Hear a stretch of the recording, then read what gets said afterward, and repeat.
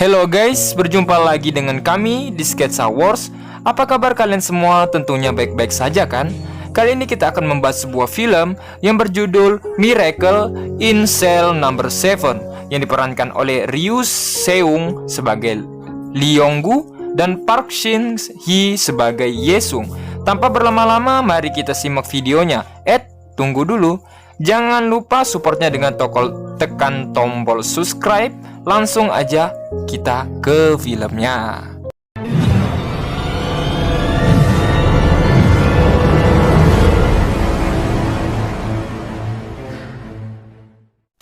Diawali dengan melihatkan sebuah wanita yang cantik dan comel yang diberikan sebuah berkas kasus tentang pembunuhan seorang anak gadis kecil yang dilakukan oleh Lee Yong-gu yang terjadi pada tahun 1997.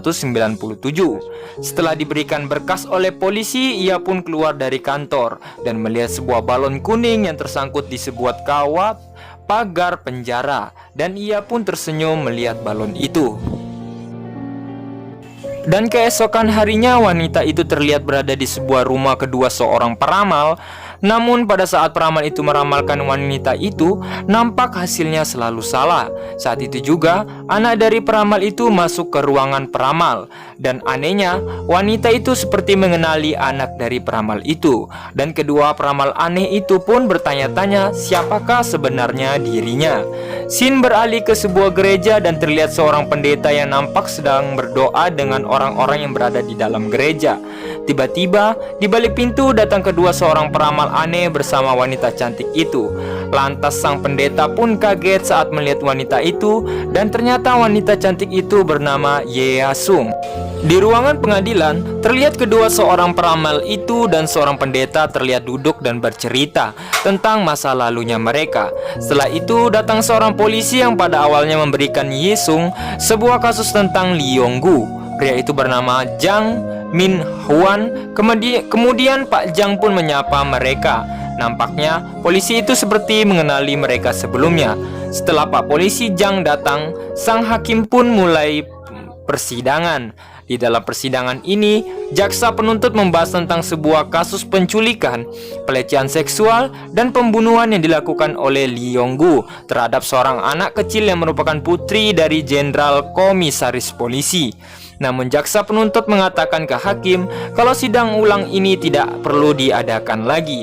Ye-sung yang berperan sebagai jaksa pembela mengatakan ke hakim kalau ada kesalahan besar dalam kasus ini, dan Ye-sung meminta ke hakim untuk mau mengadakan penyelidikan ulang dari semua bukti yang dikumpulkan. Menurut Ye-sung, semua bukti dan kesaksian dalam kasus ini merupakan sebuah kepalsuan. Ye-sung mengatakan ke hakim apa yang akan diucapkan mulai dari awal adalah sebuah kebenaran, dikarenakan Ye-sung saat itu berada di tempat kejadian dan mengetahui semuanya. Lalu kita pun dibawa kembali pada tahun 1997 yang pada saat itu Ye-sung masih anak kecil. Suatu hari, Ye-sung beserta ayahnya Lee Yong-gu berada di depan sebuah toko dan menyanyikan sebuah lagu Iwa Peye. Yong-gu mengidap penyakit keterbelakangan mental sehingga terlihat seperti kurang cerdas dan kekanak-kanakan. Saat itu, Ye-sung menginginkan sebuah tas Sailor Moon yang berada pada toko tersebut. Lantas sang ayah Yong-gu pun berjanji ke Ye-sung kalau dia akan membelikan dirinya tas yang ia inginkan saat gajian besok. Namun sangat disayangkan, tas yang anaknya inginkan hendak dibeli oleh seorang jenderal komisaris polisi untuk putrinya. Yong-gu beserta anaknya langsung masuk untuk meminta tas tersebut. Namun karena perilaku dan keterbatasan bahasanya, membuat sang komisaris menghajar Lee Yong-gu yang saat itu memiliki penyakit keterbelakangan mental. Melihat komisaris itu melakukan hal kasar pada ayahandanya, membuat Ye-sung menangis dan meminta untuk menghentikan perbuatannya. Malam harinya, Ye-sung mengatakan ke ayahnya kalau jangan memaksakan dirinya untuk membeli tas tersebut kalau ayahnya tidak mempunyai uang. Keesokan harinya, saat Lee Yong-gu ingin berangkat kerja, Ye-sung putrinya mencoba merapikan pakaiannya ayahnya dan mengatakan ke ayahnya untuk tidak makan sembarangan. Ye-sung beserta ayahnya memiliki kebiasaan yang dimana ketika ayahnya pergi, Ye-sung akan menghitung sampai 3. Saat sampai angka ketiga, ayahnya akan berbalik dan melakukan hal konyol untuk membuat anaknya bergembira. Lee Yong-gu yang merupakan orang tua tunggal sehari-harinya bekerja jadi seorang parkir di sebuah mall besar.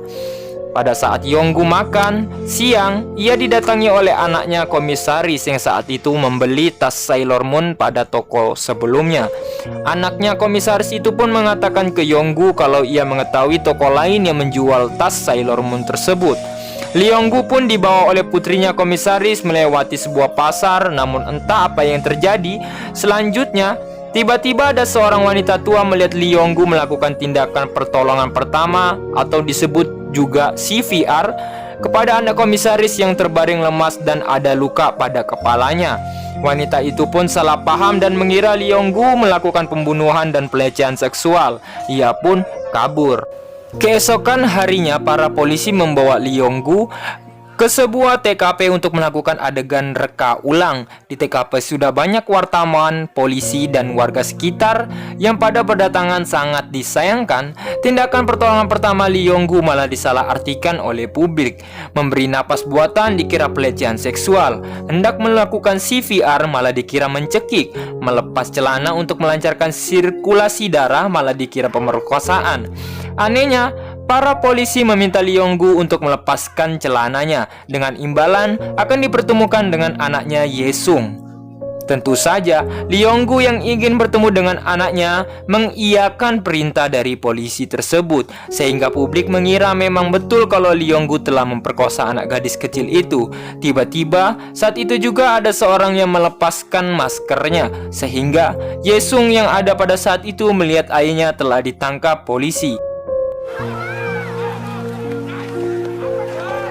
Setelah selesai melakukan reka adegan kejadian, Lee Yong-gu dibawa ke penjara oleh polisi. Sementara itu, Ye-sung hanya bisa menangis melihat ayahnya dibawa pergi ke polisi.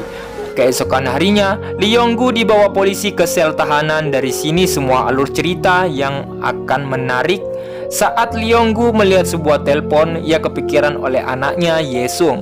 Ia pun mencoba ingin menelpon anaknya dan dihadang oleh polisi sehingga membuat Lee Yong-gu dipukul oleh ketua sipir di penjara itu.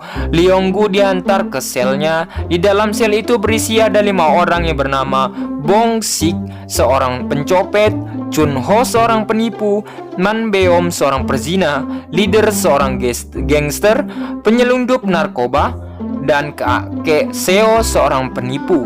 Sesampainya di sel, Lee Yong-gu memperkenalkan dirinya dengan sangat lengkap, dimulai dari nama, tempat tinggal, hingga sampai ia dikeluarkan dari rahim ibunya. Tingkah laku dan keanehan Lee Yong-gu ini membuat seisi sel bingung. Alhasil, sang bos gangster menyuruh sang napi mesum untuk melihat berkas kasus Lee Yong-gu. Alasan kenapa sang bos gangster itu tidak melihat langsung berkas kasus Lee Yong-gu karena ia tidak tahu membaca. Setelah tahu kasus Lee Yong-gu memperkosa anak kecil dan membunuh seisi sel, langsung menghajarnya. Sebab menurut mereka berlima itu adalah kejahatan yang paling hina dan memalukan. Namun pada saat mereka mendengarkan Lee Yong-gu akan dijatuhi hukuman mati, mereka semua terdiam dan berhenti menganiaya Lee Yong-gu. Di dalam penjara, Yong-gu hanya bisa berdiam menyendiri dan hanya menulis nama anaknya di atas pasir. Seketika Yong-gu melihat seorang bos gangster lain ingin membunuh bos gangster satu sel dengan dirinya. Lantas, dengan kebaikan hatinya, Yong-gu ia berlari dan menyelamatkan bos gangster itu. Akibatnya, serangan tadi malah mengenai Yong-gu dan membuat dirinya terluka. Tanpa berpikir panjang, sang bos gangster langsung menyerang sang narapidana yang menyerang Lee Yong-gu. Kejadian itu membuat sang bos gangster penguasa di penjara itu merasa berhutang budi dengan Lee Yong-gu. Ia bertanya ke Yong-gu apa yang diinginkan oleh Yong-gu sebagai balasan hutang budinya. Lalu Yong-gu hanya mengatakan nama putrinya yaitu Ye-sung. Beberapa hari kemudian, para narapidana disuguhkan penampilan lagu-lagu rohani para anak-anak panti asuhan. Ye-sung, putri dari Lee Yong-gu, juga berada di sebuah panggung. Di tengah-tengah pertunjukan, tiba-tiba Ye-sung menghilang. Tidak disangka, Ye-sung diseludupkan dan dibawa ke dalam sel oleh sang napi mesum. Melihat anaknya, Yong-gu langsung memeluk anaknya dan menangis.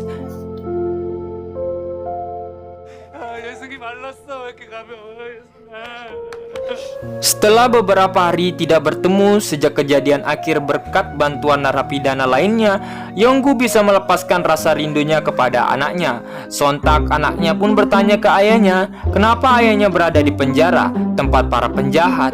Yonggu yang polos dan selalu berkata jujur, ia pun mengatakan kalau dirinya tidak jahat melainkan teman satu selnya lah yang jahat. Mendengarkan hal ini membuat teman-temannya Yonggu memasang wajah yang kesal dan marah. Saat sedang bersih-bersih, sang napi mesum mendapatkan kabar jika anak-anak panti asuhan akan segera pulang karena pendeta mereka jatuh sakit. Lantas tanpa berpikir panjang, sang napi mesum membawa Yesung ke teman-temannya sehingga keberadaannya tidak diketahui oleh polisi. Tapi sialnya, teman-teman panti asuhan sudah pergi lebih dulu. Dengan terpaksa Yesung tetap tinggal bersama mereka dan ayahnya di sel nomor 7. Hal ini membuat sang napi copet gelisah dan ketakutan, sebab jika polisi mengetahui keberadaan Yesung di sel mereka, semua akan dihukum oleh polisi.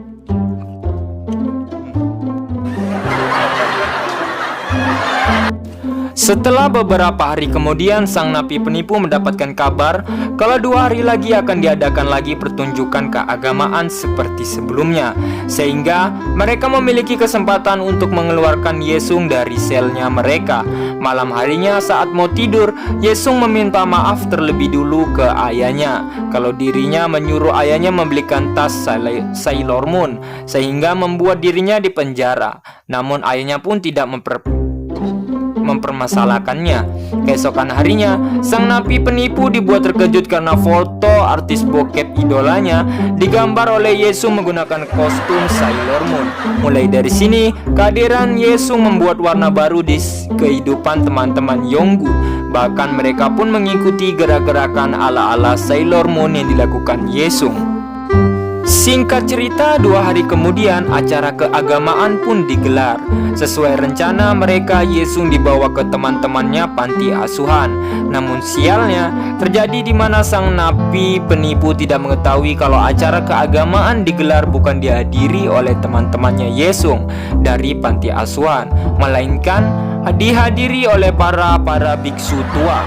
Tentu saja Yesung tidak bisa diseludup ke sana karena mereka memiliki kepala bum tak bum botak. Sang napi penipu salah mengira jika acara yang digelar adalah acara keagamaan Buddha dan bukan Kristen seperti sebelumnya. Bos gangster pun memukuli dirinya. Di ruangan kepala, sipir Jung menyadari terdapat anak perempuan yang hilang dari acara keagamaan yang mereka gelar sebelum ini. Setelah itu, saat mereka berdebat, tiba-tiba salah seorang polisi mengecek sel mereka. Mereka pun bekerja sama untuk menyembunyikan keberadaan Yesung. Sialnya, Jung sang kepala sipir datang ke tempat sel mereka dan mengetahui keberadaan Yesung. Akibat hal ini, Lee Yonggu sang ayah dari Yesung langsung dihajar habis-habisan oleh sang kepala sipir Jang. Bahkan lebih menjadikannya, Yonggu dibawa di sel pengasingan dengan keadaan terikat. Di sisi lain, teman-teman Yonggu semakin panik dengan apa yang terjadi. Sementara itu, Yesung terus saja menangis karena terpisah dari sosok ayahnya tercinta. Suatu malam, terjadi kebakaran besar di salah satu penjara tersebut. Kebakaran itu diakibatkan salah satu napi gendut yang sedang mengamuk. Kepala sipir Jung pun menyuruh para rekannya untuk mengeluarkan para tahanan dari ruangan itu. Sementara itu, dirinya kepala sipir ingin menangkap sang napi yang menyebabkan kebakaran itu. Dan sangat disayangkan, kepala sipir pun terjebak di ruangan sang napi.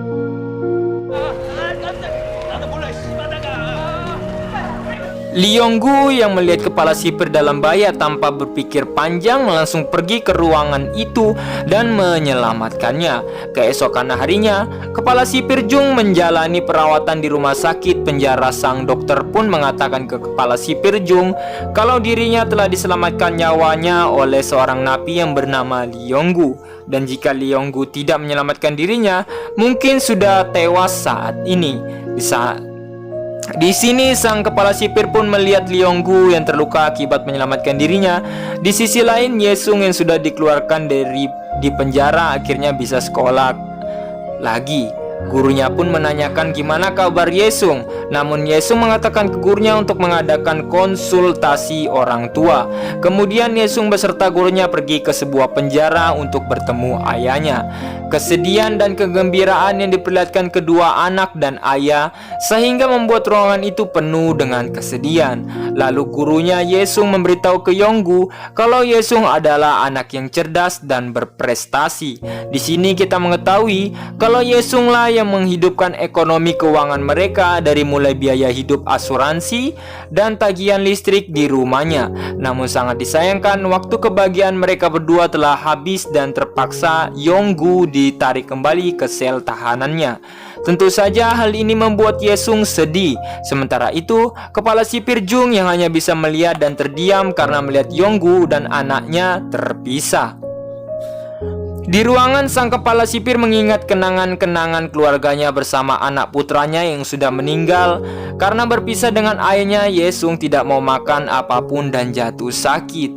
Yesung meminta kepala sipir untuk memenjarakan dirinya saja sehingga ia bisa bertemu dengan ayahnya setiap saat. Namun kepala sipir hanya diam dan pergi meninggalkan Yesung. Siangnya, para bawahan kepala sipir Jung mengajukan protes atas tindakan yang hendak dilakukan oleh kepala sipir Jung. Ternyata alasan mereka takut dipecat karena kepala sipir Jung menyelundupkan ke dalam sel nomor 7 untuk bertemu dengan ayahnya. Lee Yong-gu pun begitu senang karena bertemu kembali dengan putrinya tercinta. Suatu ketika Yesung menyuruh bos gangster untuk membacakan sebuah dongeng. Namun seperti yang kita tahu, sang bos gangster tidak tahu membaca. Oleh karena itu sang napi mesum dan sang napi penipu pun menyindir sang bos gangster dengan mengatakan hanya orang idiot yang tidak bisa membaca. Bahkan sejenis monyet simpanse bisa diajarkan membaca dalam kurun waktu 3 bulan saja. Bisanya juga disamakan dengan simpanse. Di sini sang napi pencopet memohon kepada bos gangster untuk menyelundupkan handphone agar dia bisa menghubungi istrinya yang akan melahirkan dalam waktu dekat. Yesung yang mengetahui hal ini membuat Yesung tampak sedih. Ketika di sekolah, Yesung meminjam sebuah ponsel milik temannya. Di sisi lain, kepala sipir Jung pergi ke kantor pusat untuk meminta berkas yang berisi kasus milik Lee Yong-gu. Ketika membaca sebuah berkas itu, kepala sipir itu menemukan sebuah kejanggalan. Ia begitu tidak percaya Lee Yong-gu yang memiliki keterbelakangan mental memberikan sebuah saksi sebagus itu. Siangnya, kepala sipir Jung menjemput Yesung sekolah. Saat ini kepala sipir Jung telah mengadopsi Yesung dari panti asuhan. Saat di dalam sel, Yesung mengajarkan bos gangster menulis dan membaca.